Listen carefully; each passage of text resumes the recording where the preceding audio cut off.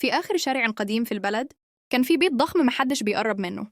الناس بتقول إن آخر عيلة سكنت فيه اختفوا فجأة، ومن يومها البيت فاضي بس دايما نوره مولع. يوما من الأيام قرر خالد يصور فيديو هناك علشان قناته على اليوتيوب.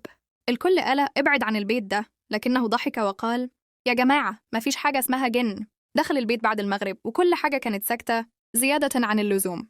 الهواء واقف والريحة كأنها تراب ميت. بدأ يسمع خطوات فوق السلم، فرفع الكاميرا وقال بصوت عالي في حد هنا؟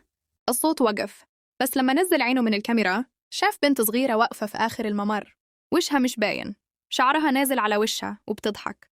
قرب منها وقال أنت مين؟ ردت بصوت مش صوتها أنا كنت هنا قبلك. الكاميرا وقعت والصوت اتقطع. وفي اليوم اللي بعده الناس لقوا الموبايل شغال قدام البيت، بس محدش شاف خالد من يومها. والنقطة الغريبة كل يوم بعد نص الليل بيسمعوا صوت ضحكة بنت صغيرة من جوه البيت، والنور بينور لوحده. بعد اختفاء خالد الشرطة دخلت البيت، لكن الغريب إنهم ما لقوش غير الكاميرا والموبايل شغالين لوحدهم. كل الفيديوهات كانت مظلمة إلا آخر فيديو مدته دقيقتين، وكان واضح فيه إن خالد طالع على الدور الثاني. بعد أسبوع صاحبه آدم قرر يدخل البيت بنفسه علشان يدور عليه. قال لنفسه يمكن صاحبي محبوس جوه، أو يمكن بيهزر. أول ما دخل الباب قفل وراه بهدوء. الإضاءة كانت باهتة والغرفة كلها مليانة تراب وأصوات طقطقة. كل شوية يسمع حاجة بتتحرك فوق دماغه. طلع السلم بحذر، وكل خطوة كان بيحس إنها آخر خطوة في حياته. وصل للدور الثاني ولقى باب خشب قديم مكتوب عليه بالطباشير ما تفتحش. بس الفضول قتله. فتح الباب وشاف أوضة فيها مراية كبيرة، على المراية مكتوب بخط دم رجع لي صورتي. فجأة المراية بدأت تتحرك وظهر وش خالد جواها، بس مش زيه، كان وش مشوه وعينيه سودة بالكامل.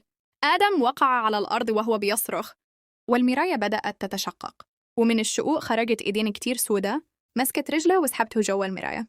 وبعد كام ثانية المراية بقت فاضية تاني، بس لو ركزت كويس تقدر تشوف في الزاوية صورة آدم وخالد واقفين وبيبتسموا جوا المراية.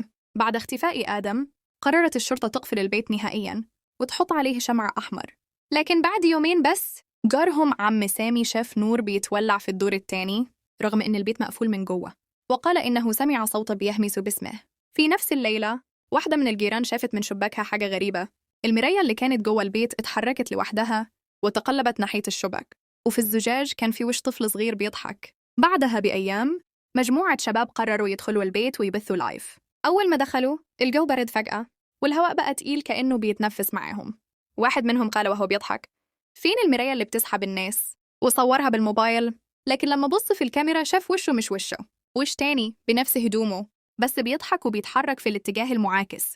صرخ ورمى الموبايل، بس الصوت اللي في التسجيل استمر. خليك معانا، اللعبة ما خلصتش. البيت بعدها اتحرق بالكامل محدش عارف ازاي، بس لما طفوا النار المراية كانت سليمة واقفة في الركن بتعكس وشوش الناس اللي اتفرجوا على اللايف. وفي تسجيل الكاميرات اللي برا اتشافوا خالد وآدم وطفل صغير ماشيين جوه البيت بيبصوا للكاميرا وبيضحكوا. ومن بعدها كل اللي بيقرب من المكان بيحلف إنه شاف انعكاسه بيتحرك لوحده في المراية اللي واقفة وسط الرماد.